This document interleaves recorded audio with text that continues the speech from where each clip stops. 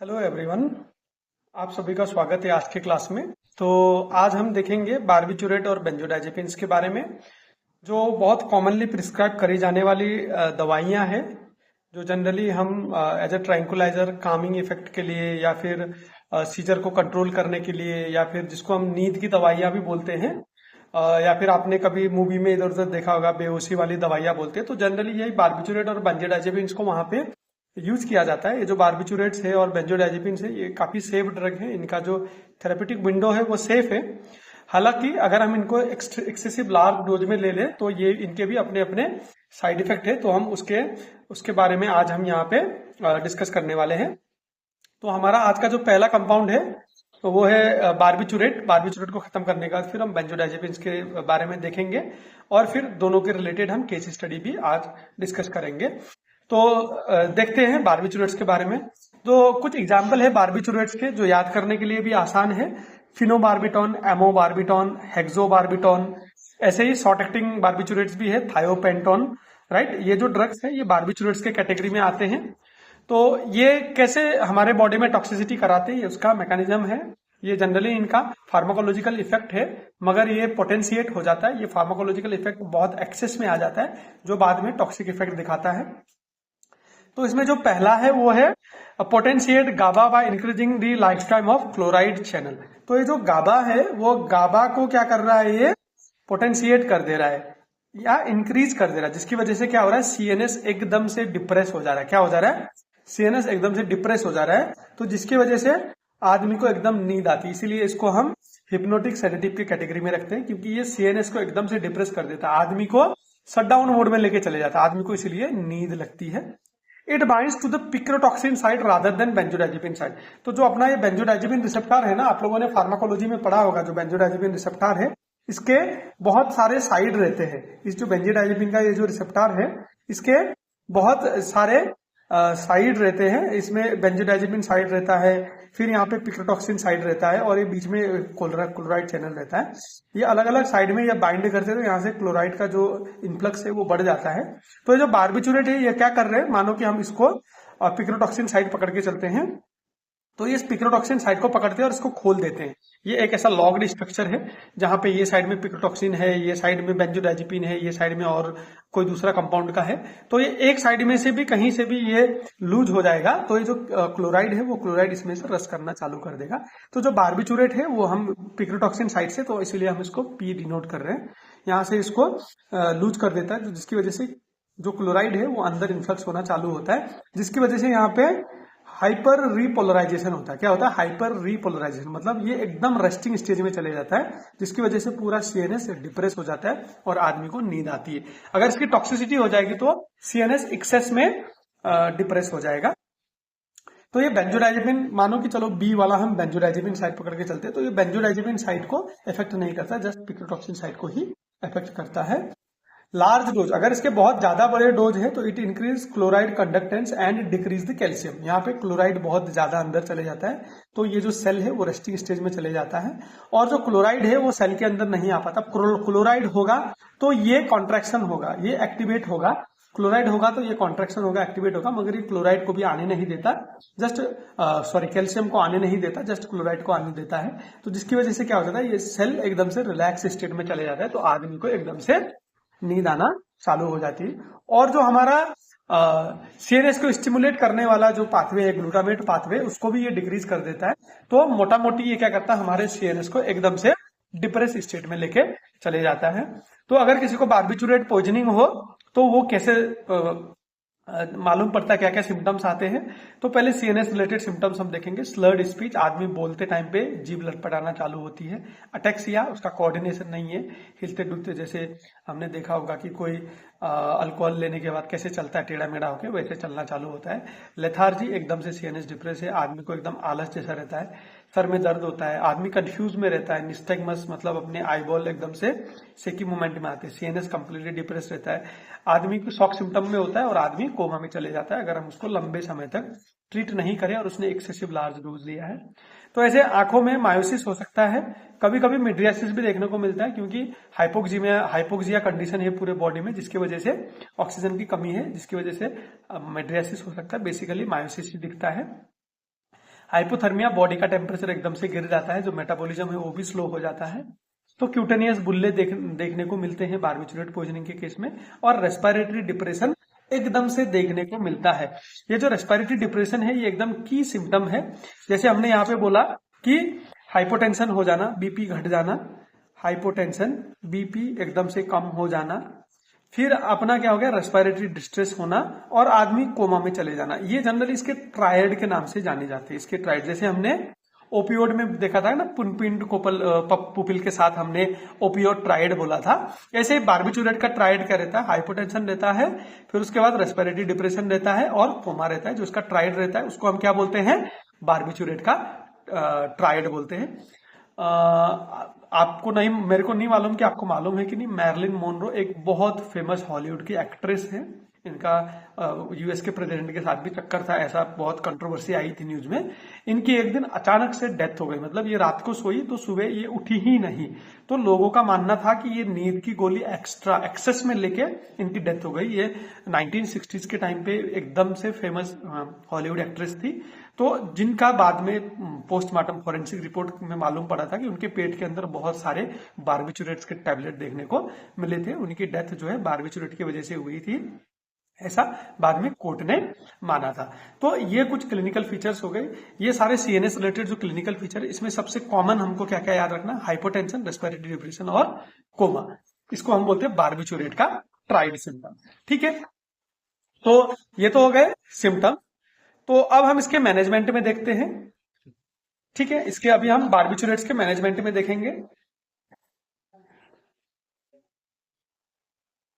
तो जो हम बारबिचुरेट को मैनेज करते हैं, हम बारबिचुरेट को मैनेज कैसे करेंगे। अगर बारबिचुरेट टैबलेट फॉर्म में लिया है और आदमी एकदम से टाइम में हॉस्पिटल में आ गया है, हमारे सामने आ गया, तो हम क्या करेंगे, डिकॉन्टामिनेशन प्रोसेस करेंगे।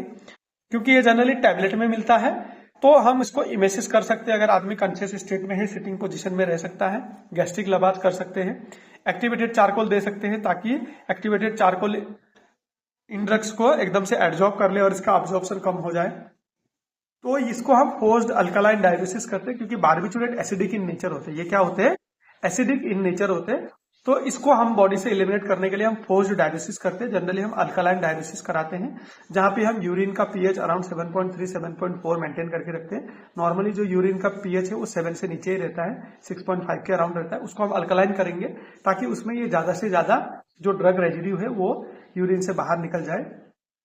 एक्स्ट्रा कॉर्पोरियल टेक्निक्स इसमें यूजफुल होती है, क्योंकि ये ड्रग जो है ये प्रोटीन के साथ इतना बाइंड नहीं होते। एकदम सीरियस कंडीशन है, लाइफ थ्रेटनिंग कंडीशन है, सीवियर डोज में लिया है, तो वहां पे हम एक्स्ट्रा कॉर्पोरियल टेक्निक्स जा सकते हैं, जैसे हीमोडायलिसिस, हीमोपर्फ्यूजन, ऐसे सारे टेक्निक्स जा सकते हैं।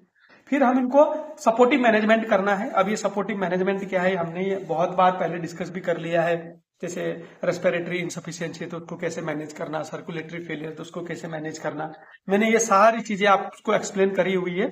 फिर कार्डियक अरिथमिया है, सीएनएस डिप्रेशन है तो उसको क्या करना चाहिए, हाइपोथर्मिया है तो क्या करना चाहिए, हाइपरथर्मिया है तो क्या करना चाहिए, ये सारे मैंने प्रीवियस क्लासेस में एक्सप्लेन भी करी हुई है। मैं उसका लिंक इसके डिस्क्रिप्शन में भी डाल रहा हूं, आप वहां जाके देख सकते हो। स्टेबिलाईजेशन और इवेल्युएशन में हम उसको क्या क्या सपोर्टिव मेजर दे रहे हैं, जो आपको पेज नंबर 3A से लेके 3B, 4A, 4B, 5B, 6A, 6B, 7A ऐसे में सब में देखने को मिलेगा, जो मैंने एक्सप्लेन करी है। आप नीचे एक बार डिस्क्रिप्शन में जाके देखो तो आपको वहां पे सारे सपोर्टिव मेजर्स देखने को मिल जाएंगे। और बारबिचुरेट्स का हमारे पास कोई भी ऐसा स्पेसिफिक एंटीडोट आज तक अवेलेबल नहीं है। हम एक बार फिर से देखने की कोशिश करेंगे बारबिचुरेट को। हमने क्या बोला था, जो बारबिटूरेट है इसमें जो फेमस एग्जाम्पल है फिनोबार्बिटोन, एमोबार्बिटोन, हेक्सोबार्बिटोन एंड थायोपेंटिन। कैसे काम करता है, गाबा को पोटेंशिएट कर देता है, ये पिक्रोटॉक्सिन साइड में जाके काम करता है, और जो अपना क्लोराइड का कंडक्टेंस है उसको बढ़ा देता है, कैल्शियम का कंडक्टेंस को कम कर देता है, ग्लूटामेट की एक्टिविटी को कम कर देता है, ओवरऑल सीएनएस को डिप्रेस करता है। तो कुछ सिम्टम्स देखने को मिलते हैं, जैसे slurred speech, ataxia, lethargy, headache, ये सारे। मगर इनमें से 3 सिम्टम जो हम हमेशा याद रखेंगे, hypotension, respiratory depression and coma, इन 3 को हम याद करेंगे। बारबिचुरेट का जो अपना ट्रायड सिम्टम है बोल के इनको याद करेंगे। तो फिर इसको मैनेज करना है तो डिकॉन्टामिनेशन करेंगे, इमेसिस कर सकते हैं अगर टाइम के अंदर में आया है, लबाज कर सकते हैं, एक्टिवेटेड चारकोल दे सकते हैं, फोर्स्ड डायलिसिस, ये बहुत इंपॉर्टेंट है। एक्स्ट्रा कॉर्पोरेल टेक्निक्स हम यूज कर सकते हैं अगर सीवियर है, सीवियर नहीं है तो नहीं करना है। सपोर्टिव मेजर्स देना है, जो भी सिम्टम्स आ रहे हैं हम सिम्टम्स को नलिफाई कर रहे हैं, और हमारे पास कोई भी ऐसा स्पेसिफिक एंटीडोट बार्बिचुरेट्स के लिए अवेलेबल नहीं है। एक फिगर हमको यहाँ पे याद करना है, हमने बोला था Marilyn Monroe, a famous Hollywood actress, she died with the benzodiazepine poisoning. Hope यहाँ पे ये चीज छोटा सा टॉपिक था, ये समझ में आ गया होगा। इसका अभी हम आगे जाके केस स्टडी भी डिस्कस करने वाले हैं। इसी टॉपिक में हमारा जो दूसरा कंपाउंड है वो है बेंजोडाइजेपिन्स। बहुत वाइडली यूज्ड ड्रग है। बेसिकली हम सीजर को कंट्रोल करने के लिए या फिर एजिटेटेड आदमी को काम डाउन करने के लिए ये ड्रग यूज करते हैं। कौन? बेंजोडाइजेपिन। कुछ फेमस एग्जांपल्स जो इंडियन मार्केट में अवेलेबल है, अल्प्राजोलम, डाइजेपाम, लोराजेपाम, मिडाजोलम, ऐसे ये जो जितने भी ड्रग हैं ये सब बेंजोडाइजेपिन की कैटेगरी में आते हैं। ये भी ऑलमोस्ट बार्बिचुरेट्स की तरह ही काम करते हैं। गाबा रिसेप्टर को पोटेंशिएट कर देते हैं, क्लोरीन कंडक्टेंस को बढ़ाते हैं, फिर कैल्शियम के इन्फ्लक्स को कम कर देते हैं, न्यूरॉन जो कंडक्ट करता है इंपल्स ग्लूटामेट वाले उनको सब कम कर देता है। मगर यहाँ पे ये क्या है, जो हमने बोला था कि यहाँ पे जो रिसेप्टार है वो पिक्रोटॉक्सिन वाले साइड पे करता था, तो ये बेंजोडाइजेपिन वाले साइड पे करता है, जिसकी वजह से ये लूज हो जाता है और यहाँ से जो क्लोरीन कंडक्टेंस है ये रिपोलराइजेशन, हाइपर रिपोलराइजेशन फेज में चले जाता है और ये एकदम से डिप्रेस हो जाता है। बार्बिचुरेट और बेंजोडाइजेपिन में डिफरेंस क्या है? वो पिक्रोटॉक्सिन साइड में जाके बाइंड होता है और बेंजोडाइजेपिन साइड में आके बाइंड होता है। जनरली बेंजोडाइजेपिन की इतनी टॉक्सिसिटी नहीं है, बहुत 10 गुना तक अगर हम डोज भी लेंगे तो फिर भी सेफ है, लार्ज सेफ्टी प्रोफाइल है। मगर अगर इंटेंशनली लोग पूरा बोतल खा जा रहे हैं या 2-3 स्टेप साथ में ले रहे हैं तो फिर वहां पे टॉक्सिसिटी देखने को मिलती है। जो इसके क्लिनिकल फीचर्स है वो माइल्ड कंडीशन में आदमी को नींद जैसा आता है, आदमी एकदम से सुस्त होकर बैठा रहता है, अटेक्सिया होते हैं, वीकनेस होती है। अगर मॉडरेट टाइप के है तो फिर वर्टिगो, स्लर्ड स्पीच, निस्टैग्मस, ये सारी चीजें पेशेंट में देखने को मिलती है। और जबकि अगर एक्सेसिव लार्ज डोज है तो फिर वहां पे हाइपोटेंशन, रेस्पिरेटरी डिप्रेशन और निस्टैग्मस, मिड्रियासिस और कोमा सिचुएशन भी देखने को मिलती है। जैसे हमने वहां पे बोला था कि बार्बिचुरेट का ट्रायड रहता है, वैसे बेंजोडाइजेपिन में भी सेम चीजें देखने को मिलते हैं, जहां पे रेस्पिरेटरी डिप्रेशन हो सकता है, ठीक है, उसके बाद हाइपोटेंशन हो सकता है और कोमा हो सकता है। ये बेंजोडाइजेपिन में भी है, क्योंकि दोनों का मैकेनिज्म ऑलमोस्ट सेम है, खाली कंपाउंड किस साइट में जाके एक्ट कर रहा है वही बस डिफरेंस है। इसको हम कैसे मैनेज करेंगे? डिकॉन्टामिनेशन करना है हमको, इसमें भी इमेसिस करवा सकते हैं, गैस्ट्रिक लवाज करवा सकते हैं और एक्टिवेटेड चारकोल दे सकते हैं। फिर सेम बार्बिचुरेट्स की तरह एबीसी स्टेबिलाईजेशन करेंगे और सपोर्टिव मेजर्स देंगे। वो क्या देंगे, कैसे देंगे, हमने बहुत बार पहले डिस्कस किया है। मैं एनीवे इसके लिंक में इसका एक्सप्लेनेशन डालने वाला हूं। फिर हम देखेंगे इसमें हमारे पास कुछ है करने के लिए। इसमें जनरली सीजर्स नहीं आते क्योंकि बेंजोडाइजेपिन खुद ही एंटी सीजर है, एंटी कन्वर्जेंट है, तो इसमें सीजर का कोई ऐसा चक्कर नहीं रहता है। डायलिसिस हम नहीं कर सकते क्योंकि ये हाईली लिपिड सोलुबल है, डायलिसिस करने पे हमको इतना कुछ इसका अच्छा रिजल्ट नहीं मिलता है। इसका एंटीडोट है क्या हमारे पास? हाँ, इसका एब्सोल्यूट एंटीडोट है जिसका नाम है फ्लोमाजेनिल। आप इसको याद कर सकते हो, ये कल viva interview exam point of her तरीके से जरूरी है। ये कॉम्पिटिटिव एंटागोनाइज करता है, जो ये अपना बेंजोडाइजेपिन रिसेप्टर में जहां पे जाके बेंजोडाइजेपिन बाइंड हुआ है उसको रिप्लेस कर देता है, उसको एंटागोनाइज करने का काम करता है। इसको हम कैसे देते हैं? स्लो आईवी 1 mg दे सकते हैं। ये कंप्लीट रिवर्सिबल कर देता है, जितने भी सिम्टम्स दिखे जैसे रेस्पिरेटरी डिप्रेस हुआ है, निस्टैग्मस हुआ है, हेडेक हो रहा है, ये सारे चीज को कंप्लीटली रिवर्स करने में हेल्पफुल है। क्योंकि ये बेंजोडाइजेपिन साइट में जाके ही बाइंड होता है। कौन? बेंजोडाइजेपिन। और फ्लोमाजेनिल भी बेंजोडाइजेपिन साइट को ही एंटागोनाइज करता है, तो ये बेंजोडाइजेपिन के लिए एंटीडोट का काम करता है। क्योंकि ये पिक्रोटॉक्सिन साइड में नहीं जाता है तो ये बार्बिचुरेट में हम इसको यूज नहीं कर सकते। Flumazenil reverse all the CNS and cardiac symptoms, but respiratory symptoms को इतना कोई इसका इफेक्ट देखने को नहीं मिलता, तो हम O2 थेरेपी हम कंटिन्यू कर सकते हैं, या फिर आदमी एकदम सीरियस कंडीशन में तो हम वेंटिलेशन में उसको रख सकते हैं। तो अगर हम आदमी बेंजोडाइजेपिन पॉइजनिंग होने के बाद बहुत देर तक हम अगर फ्लोमाजेनिल देंगे तो उसको विड्रॉल इफेक्ट भी आ सकते हैं, तो वो चीजें भी हमको ध्यान में रख के चलना होगा। तो ऐसे हम बेंजोडाइजेपिन पॉइजनिंग को भी मैनेज करेंगे। हम इसको एक बार फिर से देखते हैं। Benzodiazepine example alprazolam, diazepam and lorazepam.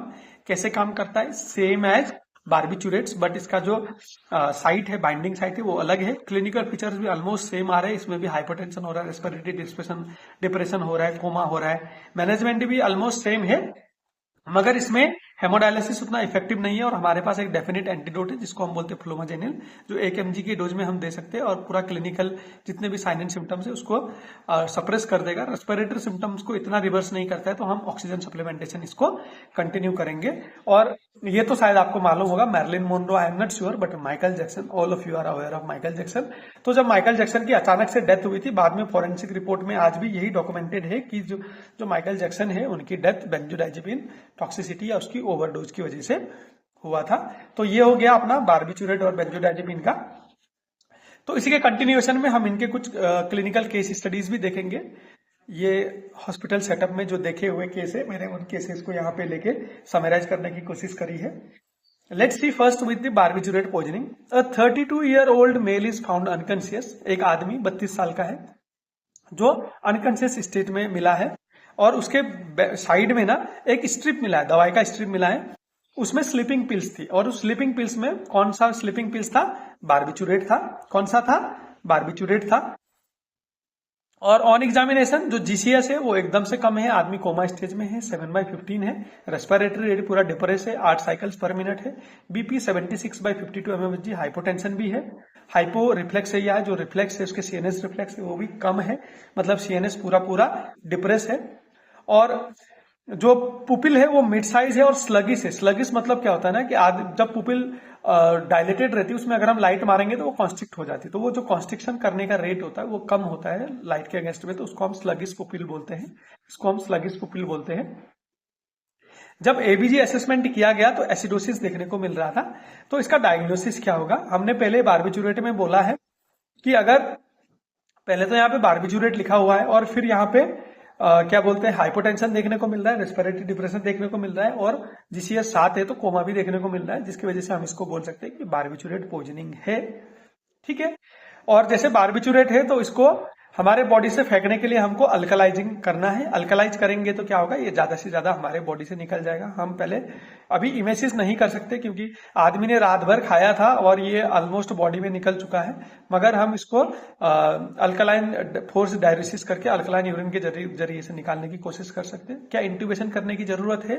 हाँ, इंट्यूबेशन करने की जरूरत है, क्योंकि इंट्यूबेशन करेंगे तो रेस्पिरेटरी ट्रैक्ट इंटैक्ट रहेगा और इमरजेंसी सिचुएशन में भी वो बचा रहेगा। एक्टिवेटेड चारकोल, हाँ एक्टिवेटेड चारकोल दे सकते हैं, हमने अभी भी डिस्कस किया।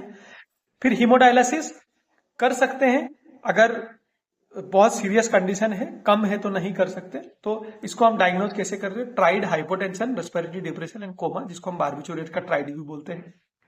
तो इसमें क्या है ना कि जनरली जब आदमी की डेथ होती है तो वो रेस्पिरेटरी डिप्रेशन की वजह से होती है, इसीलिए हम यहाँ पे इंटुबेशन की बात कर रहे हैं। हम आदमी को इंटुबेट करेंगे ताकि जो उसकी जब रेस्पिरेटरी मसल कोलैप्स हो जाएंगी सीएनएस डिप्रेस होने के बाद में, तो जो उसको ऑक्सीजन मिलता रहेगा वेंटिलेशन के थ्रू से वो मिलता रहे और आदमी की लाइफ को हम सस्टेन कर पाएंगे। ये एग्जाम्पल हो गया एक बार्बिचुरेट पॉइजनिंग का केस स्टडी का। सिमिलरली अभी हम एक दूसरा केस देखेंगे जो बेंजोडाइजेपिन पॉइजनिंग के उसमें होगा। तो केस 2 में हम देखते हैं एक 24-year female drowsy with alprazolam injection, क्योंकि उनके सामने बोतल, जो खाली बोतल मिला था वो अल्प्राजोलम का बोतल था, तो उन्होंने पूरा एक बोतल अल्प्राजोलम की दवाई ले ली। तो जीसीएस में हमको क्या मिला कि वो उनका सीएनएस जो है डिप्रेस है, 11 स्कोर है आउट ऑफ 15। तो कोमा में तो नहीं गई है मगर वो कंप्लीटली कंफ्यूज्ड है, सेंसोरियम अल्टर्ड स्टेट में है, वाइटल्स सारे नॉर्मल है, पुपिल भी नॉर्मल है, रेस्पिरेटरी डिप्रेशन भी नहीं है, मतलब उन्होंने ओवरडोज तो लिया है मगर बहुत सीरियस नहीं है और बहुत ज्यादा टाइम भी नहीं हुआ है। तो डायग्नोसिस क्या है? बेंजोडाइजेपिन पॉइजनिंग है। एनीवे अल्प्राजोलम का बोतल ही है तो अल्प्राजोलम सीधा सीधा बेंजोडाइजेपिन है। फिर क्या हम इसको ट्रीटमेंट कराएंगे? इमेसिस कर सकते हैं क्या? हाँ, क्योंकि वाइटल सारे नॉर्मल है, पुपिल नॉर्मल है, मतलब बहुत ज्यादा ड्रग बॉडी में अब्जॉर्ब नहीं हुआ है और रेस्पिरेटरी डिप्रेशन भी नहीं है, मतलब जो अपना मेडुला ऑब्लंगाटा है जहां पे रेस्पिरेटरी सेंटर है वहां पे भी ड्रग्स नहीं पहुंची है। तो ऑब्वियसली हम इमेसिस करा सकते हैं, लवाज करा सकते हैं, कैथेरसिस भी करा सकते हैं और इंट्यूबेशन भी हम कर सकते हैं क्योंकि इसमें भी रेस्पिरेटरी डिप्रेशन है। और इसमें क्या एंटीडोट दे सकते हैं? कि हाँ, हमने फ्लूमाजेनिल की बात करी थी, 1 mg के डोज में हम दे सकते हैं और ये सिम्टम्स को क्लिनिकली एकदम से रिवर्स कर देगा। मगर यहाँ पे समझने की बात क्या है कि फ्लूमाजेनिल रेस्पिरेटरी सिम्टम्स को रिवर्स नहीं करता, इसीलिए हम उसको इंट्यूबेशन भी करा रहे हैं। हाउएवर की एंटीडोट यहाँ पे यूज कर सकते हैं कि नहीं कर सकते, ये अभी भी क्वेश्चनेबल है, क्योंकि बहुत ज्यादा सीएनएस डिप्रेस नहीं हुआ है और साइलेंट सिम्टम भी बहुत ज्यादा मात्रा में देखने को नहीं मिले हैं। तो हम एंटीडोट यूज अगर करेंगे भी तो हमको कॉशन के साथ करना होगा। तो ये रेयरली रेस्पिरेटरी डिप्रेस करके आदमी को डेथ को लेके जा रहा है, फिर भी हम इंट्यूबेशन करेंगे और हम ये फ्लोमाजेनिल देना है कि नहीं देना इस केस में ये देखने की कोशिश करेंगे। तो ऐसे ही हम एक और केस देखेंगे जो है बेंजोडाइजेपिन पॉइजनिंग का। एक अनकॉन्शियस पेशेंट आया है जिसके मुंह से अल्कोहल की बदबू भी आ रही है और एम्प्टी डाइजेपैम के स्ट्रिप भी उसके अगल बगल से मिले हैं। उसका पूरा कंप्लीट सीएनएस डिप्रेशन है, जीसीएस 10/15 है, रेस्पिरेटरी डिप्रेशन नहीं है, पुपिल ठीक ठाक है। तो क्या इसमें फ्लूमाजेनिल देना है या नहीं देना है? तो ये इसी का एक्सटेंशन, अगर हम एक्सटेंशन कर देंगे पुराने केस का कि अगर ये जो आइसोलेटेड बेंजोडाइजेपिन का केस है वहां पे तो हम फ्लूमाजेनिल दे सकते हैं, मगर अगर बेंजोडाइजेपिन किसी दूसरे कंपाउंड के साथ आता है तो वहां पे क्या हमको फ्लूमाजेनिल देना चाहिए कि नहीं देना चाहिए, ये एक जरूरी है। अगर यहाँ पे जो बेंजोडाइजेपिन है वो किसी भी अलग पॉइजनिंग के साथ आती है, वो बार्बिचुरेट ही क्यों ना हो, वो अल्कोहल ही क्यों ना हो, वो कोकेन, मॉर्फिन, हीरोइन, कोई भी एब्यूजिव ड्रग क्यों ना हो, अगर वो कंबाइंड टॉक्सिसिटी के साथ आता है तो हम फ्लूमाजेनिल वहां पे नहीं देते हैं। हम कॉम्बिनेशन पॉइजनिंग है तो हम वहां पे फ्लूमाजेनिल को नहीं दे सकते हैं।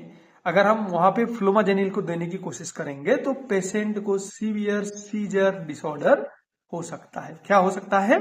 सीवियर सीजर डिसऑर्डर हो सकता है, जो स्टेटस इपिलेप्टिकस भी हो सकता है। इसीलिए हम वहां पे इन चीजों को अवॉइड करेंगे, उसको मॉनिटरिंग करेंगे। अगर उसको देना ही है तो भी हम लो डोज में अंडर मॉनिटरिंग ही देंगे, मगर हम इतना रैपिडली हम वहां पे नहीं देंगे। एक बार सोचेंगे कि हमको फ्लोमाजेनिल देना है कि नहीं देना है। So with this 2-3 case studies we are going to conclude our today's class, that is barbiturate poisoning and benzodiazepine poisoning, जो बहुत छोटे टॉपिक है, इंपॉर्टेंट है एग्जाम पॉइंट ऑफ व्यू के लिए। जनरली सेफ ड्रग है बट लार्ज डोज में toxicity हो सकती है, इंपॉर्टेंट है एग्जाम पॉइंट ऑफ व्यू के लिए भी। इसको भी हम आगे पढ़ेंगे। तो thank you for listening today's class also. अभी नेक्स्ट क्लास में हम एक नया कंडीशन लेके आएंगे जो होगा अल्कोहल इंटॉक्सिकेशन। तब तक के लिए अभी के लिए चलते हैं। Thank you for listening the today's class also.